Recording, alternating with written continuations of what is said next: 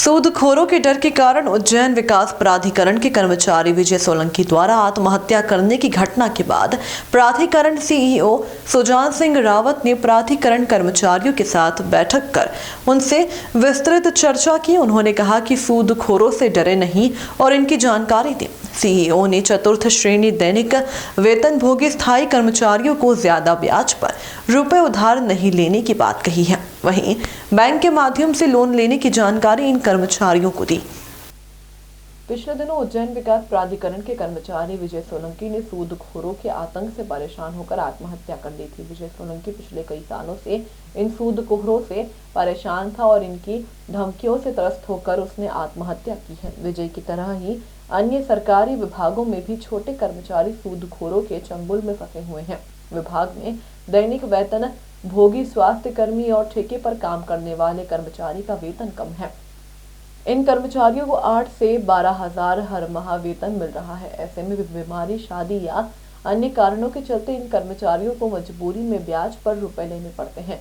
सूदखोर इनकी मजबूरी का फायदा उठाते हैं और मनमाने ब्याज पर इन्हें रुपए देते हैं। यह ब्याज 5, 10, 15 से लेकर 20% तक होता है। वहीं हर माह की किस्त नहीं देने पर या देरी होने पर इन लोगों पर पेनल्टी अलग से लगाई जाती है। इसके लिए ब्लैंक चेक लेकर चेक के आधार पर धमकाते हैं। कर्मचारियों को उज्जैन विकास प्राधिकरण के सीईओ सुजान सिंह रावत ने कहा कि सूदखोरों से डरे नहीं, हमें बताएं।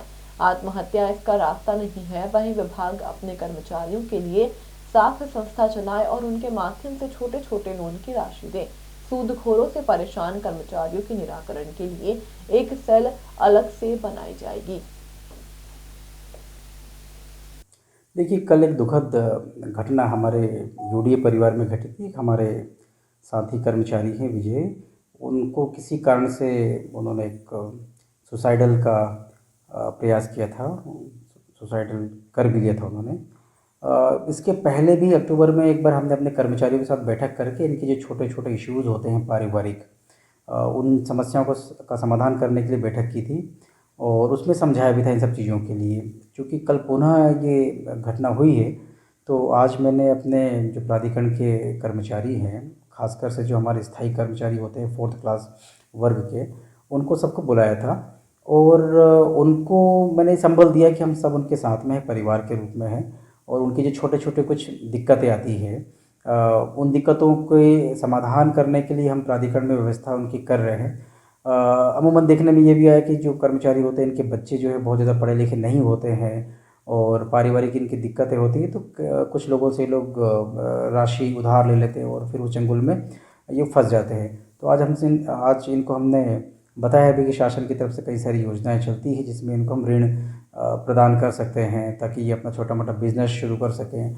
साथ में हमने ये भी कहा है कि जो चूँकि 4th क्लास एम्प्लॉयज़ हैं अधिकांश और इनके बच्चे जो हैं उनकी पढ़ाई पर ध्यान दें। एक ही समान कुछ कर्मचारी हैं जो अपने परिवार का, अपने बच्चों की पढ़ाई पर ध्यान दे रहे हैं, तो उनके बच्चे अच्छा काम कर रहे हैं। कुछ जो कर्मचारी हैं उनके बच्चे बैंक में हैं, कुछ डॉक्टर्स हैं, लेकिन कुछ कर्मचारी हैं जो शायद ध्यान नहीं दे पा रहे परिवार के ऊपर, तो उनके बच्चे पढ़ लिख भी नहीं पा रहे हैं और बाद में फिर रिटायरमेंट के बाद में इन्हीं को दिक्कतें आती हैं। तो इन सब सामाजिक और पारिवारिक इश्यूज़ को ध्यान में रखते हुए आज हमने बैठक करके सबको मोटिवेट किया है और ये इनको कहा कि प्राधिकरण इनके साथ में है और अगर कुछ इश्यूज़ आता है किसी भी रूप में तो ये हमको बताएं, हम उन सारी समस्याओं का समाधान करेंगे।